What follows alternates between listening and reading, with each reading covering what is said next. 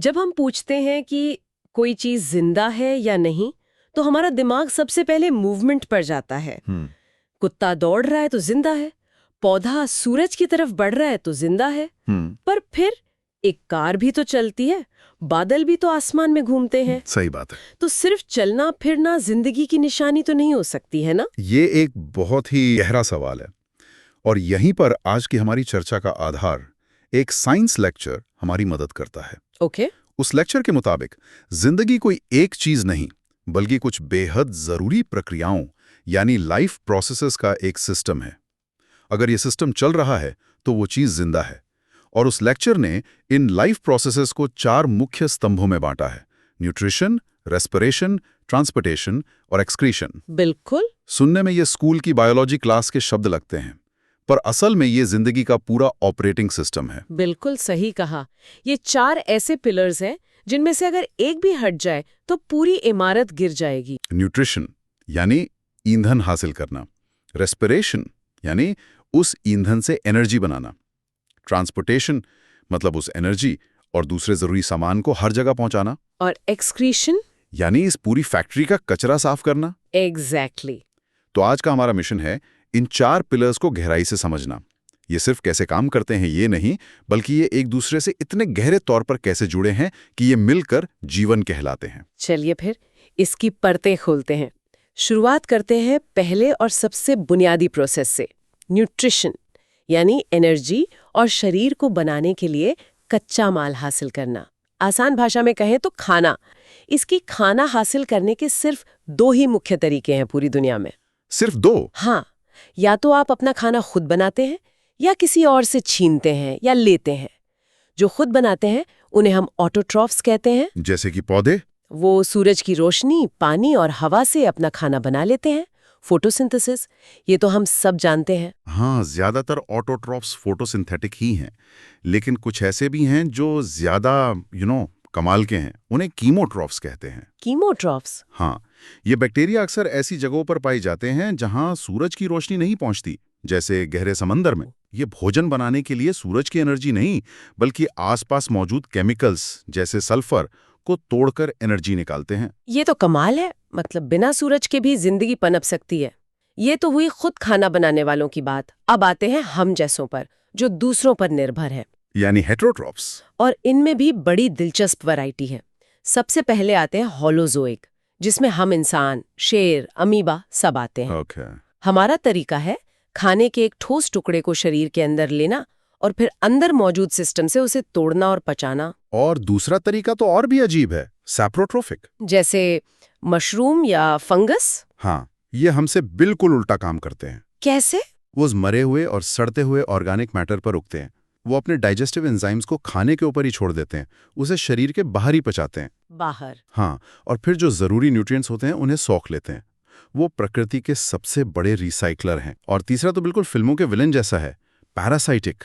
हाँ बिल्कुल, जो किसी दूसरे जिंदा जीव के शरीर पर या अंदर रहकर उससे पोषण लेता है, उसे धीरे धीरे कमजोर करता है, पर अक्सर मारता नहीं है। क्योंकि होस्ट मर गया तो खाना बंद हो जाएगा। सही बात है। बिल्कुल, जैसे सिर में पड़ने वाली जूं या अमरबेल का पौधा जो दूसरे पेड़ों पर लिपटकर उनका बनाया हुआ खाना चूसता रहता है। तो अगर हम अपने तरीके यानी होलोजोइक न्यूट्रिशन पर वापस आएं, तो ह्यूमन डाइजेस्टिव सिस्टम इसका एक शानदार उदाहरण है। बिल्कुल, ये एक पूरी डिसअसेंबली लाइन की तरह है। मतलब कोई चीज अंदर जाती है और अलग अलग स्टेशन पर उसके पुर्जे खोले जाते हैं। बिल्कुल, ये सफर मुंह से ही शुरू हो जाता है, जहां खाना सिर्फ चबाया नहीं बल्कि हमारे सलाइवा में मौजूद एंजाइम्स कार्बोहाइड्रेट्स को तोड़ना शुरू कर देते हैं। ओके, तो शुरुआत वहीं से हो जाती है। हाँ, फिर खाना पेट में पहुंचता है, जो एक एसिड से भरा मिक्सर ग्राइंडर है। यहाँ का हाइड्रोक्लोरिक एसिड बैक्टीरिया को मारता है और दूसरे पावरफुल एंजाइम्स प्रोटीन को गलाने का काम करते हैं। लेकिन ज्यादातर लोग सोचते हैं कि सारा डाइजेशन पेट में ही होता है, पर ऐसा है नहीं, है ना? नहीं, असली एक्शन तो कहीं और होता है। सही पकड़े। असली हीरो तो स्मॉल इंटेस्टाइन है। यहीं पर डाइजेशन पूरा होता है। लिवर से आने वाला बाइल जूस एक कमाल का काम करता है। Bile juice? वो फैट पर वैसे ही असर करता है जैसे बर्तन धोने वाला साबुन तेल पर करता है। अच्छा। वो बड़ी बड़ी तेल की बूंदों को हजारों छोटी छोटी बूंदों में तोड़ देता है। इसी प्रोसेस को इम्यूल्सिफिकेशन कहते हैं। इसके बिना हमारा शरीर फैट को पचा ही नहीं सकता। बचे हुए प्रोटीन, कार्ब्स और फैट सबको उनके सबसे छोटे बिल्डिंग ब्लॉक्स में तोड़ देते हैं। और फिर जब सब पच गया तो? अब जब सब कुछ पच गया है तो उसे खून में पहुंचाना होता है। इसके लिए स्मॉल इंटेस्टाइन की दीवारों पर लाखों उंगलियों जैसी संरचनाएं होती हैं, जिन्हें विली कहते हैं। विली? ये सरफेस एरिया को इतना बढ़ा देती हैं कि सारा पचा हुआ खाना आसानी से एब्जॉर्ब होकर खून में चला जाता है। तो इस पूरी कहानी का निचोड़ ये है कि न्यूट्रिशन का काम सिर्फ पेट भरना नहीं, बल्कि हर एक सेल के लिए कच्चा माल, मतलब ग्लूकोज, एमिनो एसिड और फैटी एसिड डिलीवर करना है। ये ऐसा है जैसे हमने पावर प्लांट के लिए कोयला तो जमा कर लिया है, पर अभी तक बिजली नहीं बनी। क्या बात है, बिल्कुल सही कनेक्शन है। वो चिंगारी, वो असली एनर्जी हमारा अगला प्रोसेस यानी रेस्पिरेशन बनाएगा। हाँ, रेस्पिरेशन। यहाँ एक आम गलतफहमी दूर करना बहुत जरूरी है। हम अक्सर सांस लेने यानी ब्रीदिंग कोई रेस्पिरेशन समझ लेते हैं। ये एक बहुत जरूरी पॉइंट है। ब्रीदिंग एक मैकेनिकल प्रोसेस है, फेफड़ों में हवा भरना और निकालना। और रेस्पिरेशन? जबकि रेस्पिरेशन एक केमिकल प्रोसेस है जो शरीर की हर एक कोशिका, हर एक सेल के अंदर होती है। ये वो प्रक्रिया है जिसमें न्यूट्रिशन से मिले ग्लूकोज को तोड़कर यूजेबल एनर्जी यानी एटीपी बनाया जाता है। एटीपी, सेल की एनर्जी करेंसी? बिल्कुल, इसी से सारे काम होते हैं। तो ये एनर्जी अनलॉक होती कैसे है? क्या ग्लूकोज को बस जला दिया जाता है? एक तरह से हाँ, पर बहुत ही कंट्रोल्ड तरीके से। इसका पहला स्टेप हर जीव में, चाहे वो बैक्टीरिया हो या इंसान, एक जैसा होता है। ओके। सेल के लिक्विड पार्ट यानी साइटोप्लाज्म में 6 कार्बन वाला ग्लूकोज का मॉलिक्यूल 3 कार्बन वाले 2 छोटे मॉलिक्यूल्स में टूट जाता है, जिन्हें पायरोवेट कहते हैं। ओके, तो ग्लूकोज आधा टूट चुका है। अब आगे क्या होता है? यहाँ से कहानी बदलती है ना? यहाँ से रास्ता 2 हिस्सों में बढ़ जाता है और ये इस बात पर निर्भर करता है कि ऑक्सीजन मौजूद है या नहीं। अच्छा। अगर ऑक्सीजन है तो होता है एरोबिक रेस्पिरेशन। ये पायरोवेट मॉलिक्यूल्स सेल के पावर हाउस यानी माइटोकॉन्ड्रिया के अंदर जाते हैं और वहां ऑक्सीजन की मदद से पूरी तरह से कार्बन डाइऑक्साइड और पानी में टूट जाते हैं। हाँ, कार्बन डाइऑक्साइड, पानी और ढेर सारी एनर्जी यानी बहुत सारे एटीपी में। ज्यादातर जिंदगी इसी तरीके से चलती है। और अगर ऑक्सीजन ना हो तो? जैसे कि जब हम बहुत तेज दौड़ते हैं और हमारी सांस फूलने लगती है, तब होता है एनारोबिक रेस्पिरेशन यानी बिना ऑक्सीजन के एनर्जी बनाना। इसके 2 क्लासिक उदाहरण हैं। बताइए। एक तो यीस्ट में होता है। यीस्ट ग्लूकोज को तोड़कर एथेनॉल और कार्बन डाइऑक्साइड बनाता है। इस प्रोसेस को फर्मेंटेशन कहते हैं। अच्छा, इसी से ब्रेड फूलती है और बियर या वाइन बनती है। और बियर बनती है। तो अगली बार जब कोई फूली हुई ब्रेड खाए तो उन्हें ये याद रखना चाहिए कि वो एक तरह से एनारोबिक रेस्पिरेशन का नतीजा है। ये कमाल है। हाँ हाँ, बिल्कुल। और दूसरा उदाहरण हमारे मसल्स का है। सही। जब हम बहुत ज्यादा एक्सरसाइज करते हैं तो हमारे मसल्स तक उतनी ऑक्सीजन नहीं पहुंच पाती जितनी उन्हें चाहिए। तब वो एनारोबिक तरीके से एनर्जी बनाने लगते हैं। ओके। इस प्रोसेस में एक बाय प्रोडक्ट बनता है, लैक्टिक एसिड। अरे, तो ये बात है। मुझे हमेशा लगता था कि सांस फूलने से क्रैम्प्स आते हैं, पर असल में ये है कि मेरे मसल्स बिना ऑक्सीजन के एनर्जी बनाने की कोशिश कर रहे होते हैं और लैक्टिक एसिड उसका साइड इफेक्ट है। बिल्कुल। अब समझ आया। हाँ। तो अब देखिए, न्यूट्रिशन ने हमें फ्यूल दिया और रेस्पिरेशन ने उस फ्यूल को एटीपी यानी रेडी टू यूज एनर्जी में बदल दिया। तो हमारे सेल्स के अंदर एनर्जी यानी एटीपी बन चुकी है। ये बिल्कुल वैसा है जैसे किसी शहर में एक पावर प्लांट बिजली बना रहा हो। लेकिन उस बिजली का फायदा क्या अगर वो हमारे घरों तक, फैक्ट्रियों तक पहुंचे ही नहीं? हमें तारों का एक पूरा नेटवर्क चाहिए। शरीर का वो नेटवर्क क्या है? वो नेटवर्क है हमारा तीसरा प्रोसेस, ट्रांसपोर्टेशन, यानी शरीर का अपना कुरियर और सप्लाई सिस्टम। इंसानों में ये काम हमारा सर्कुलेटरी सिस्टम करता है, जिसमें दिल एक सेंट्रल पंप है, खून की नसें यानी ब्लड वेसल्स पाइपलाइन है, और खून वो लिक्विड है जो सारा सामान लेकर घूमता है। हाँ, और इंसानों का सिस्टम काफी एडवांस्ड है। हमारा दिल एक 4 चेम्बर्ड पंप है और हमें डबल सर्कुलेशन होता है। Double circulation? इसका मतलब है कि खून का एक पूरा चक्कर लगाने में वो दिल से 2 बार गुजरता है। एक मिनट, यहाँ मैं थोड़ी कंफ्यूज हो गई।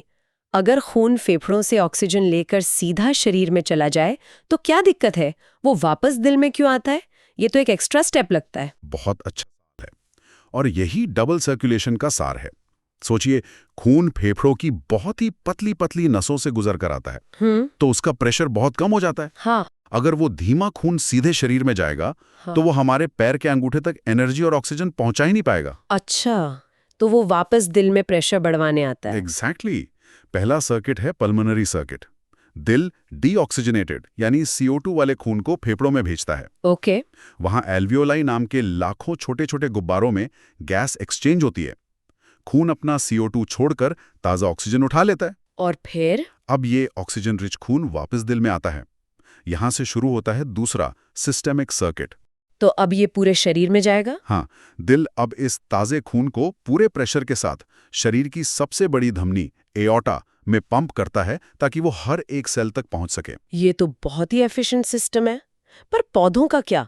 उनके पास तो दिल नहीं है। नहीं, वो पानी को स्काई स्क्रेपर जितनी ऊंचाई तक कैसे पहुंचाते हैं? पौधों के पास दो तरह के पाइपलाइन सिस्टम है, दो अलग अलग टिश्यूज।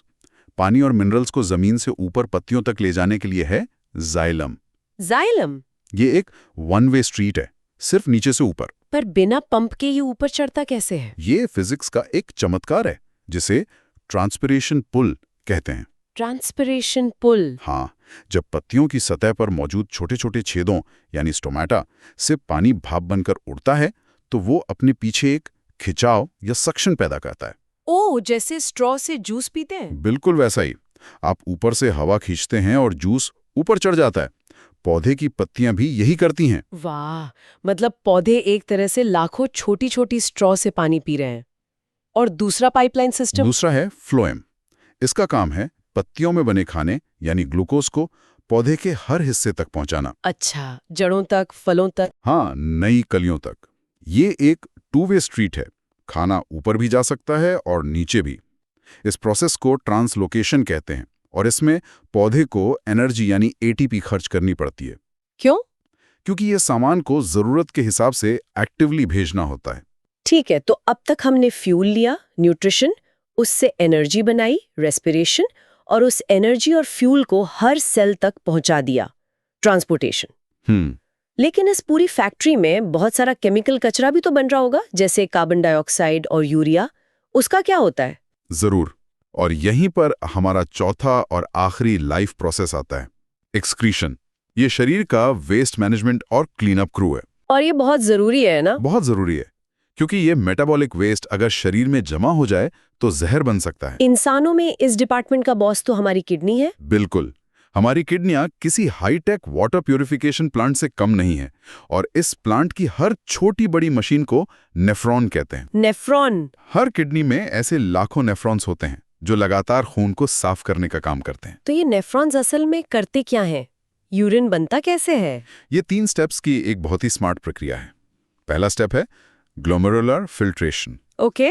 जब खून बहुत हाई प्रेशर से नेफ्रॉन के एक हिस्से से गुजरता है तो वो एक बारीक छलनी से छन जाता है। इस प्रक्रिया में खून की बड़ी चीजें जैसे सेल्स और प्रोटीन तो रह जाते हैं, लेकिन पानी, ग्लूकोज, अमीनो एसिड, नमक, यूरिया जैसी सारी छोटी छोटी चीजें छनकर बाहर निकल जाती हैं। एक मिनट, ये तो बड़ा अजीब तरीका है। इसमें तो यूरिया जैसे कचरे के साथ ग्लूकोज जैसी काम की चीजें भी बाहर फेंक दी। हाँ, ये तो ऐसा हुआ जैसे घर की सफाई करने के लिए आपने सारा सामान ही बाहर फेंक दिया, कचरे के साथ साथ अपना टीवी, फ्रिज भी। हाँ, बिल्कुल सही सोचा।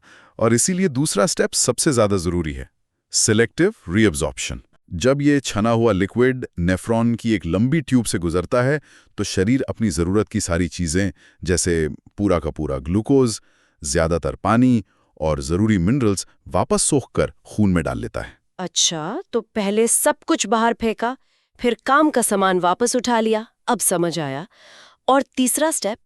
तीसरा है ट्यूबुलर सिक्रीशन।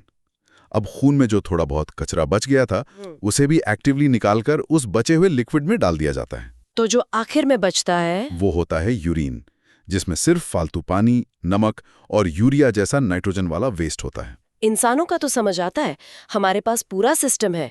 पर पौधे इस कचरे का क्या करते हैं? उनके पास तो किडनी नहीं होती। पौधे और भी ज्यादा स्मार्ट है। वो कचरा बाहर फेंकने में एनर्जी बर्बाद नहीं करते। वो कुछ वेस्ट को तो अपनी पुरानी पत्तियों में पैक करके रख देते हैं और पत्ती गिरा देते हैं। हाँ, जब पतझड़ का मौसम आता है तो पत्ते ही गिरा देते हैं। कचरा साफ, कुछ वेस्ट को वो गोंद या रेजिन बनाकर अपने तने से बाहर निकाल देते हैं। वाह। और कुछ वेस्ट को तो वो अपनी जड़ों के जरिए धीरे धीरे मिट्टी में ही छोड़ देते हैं। ये प्रकृति का सबसे एफिशिएंट वेस्ट मैनेजमेंट सिस्टम है। ये तो वाकई शानदार है। तो अगर हम इन चारों प्रक्रियाओं को जोड़कर देखें तो जिंदगी की एक पूरी तस्वीर बनती है। बिल्कुल। न्यूट्रिशन ने फैक्ट्री के लिए कच्चा माल और कोयला लाया, रेस्पिरेशन ने उस कोयले से बिजली बनाई, ट्रांसपोर्टेशन ने उस बिजली और कच्चे माल को फैक्ट्री की हर मशीन तक पहुंचाया, और एक्सक्रीशन ने फैक्ट्री में बने सारे कचरे को साफ कर दिया। ये चारों एक दूसरे के बिना अधूरे हैं। यही 4 प्रक्रियाएं अलग अलग रूपों में धरती के हर जीव में चल रही हैं, एक छोटे से अमीबा से लेकर एक विशाल ब्लू व्हेल तक। बस उनके तरीके, उनके एनवायरनमेंट और बॉडी डिजाइन के हिसाब से लाखों सालों में इवॉल्व हुए हैं। ये जिंदगी का यूनिवर्सल ब्लूप्रिंट है। बिल्कुल सही। ये कमाल का आपस में जुड़ा हुआ सिस्टम है। आज की इस चर्चा को खत्म करने के लिए एक आखिरी विचार छोड़ जाता हूँ। हाँ, बताइए। हमारे सोर्स में जानवरों के अलग अलग हार्ट स्ट्रक्चर का जिक्र था।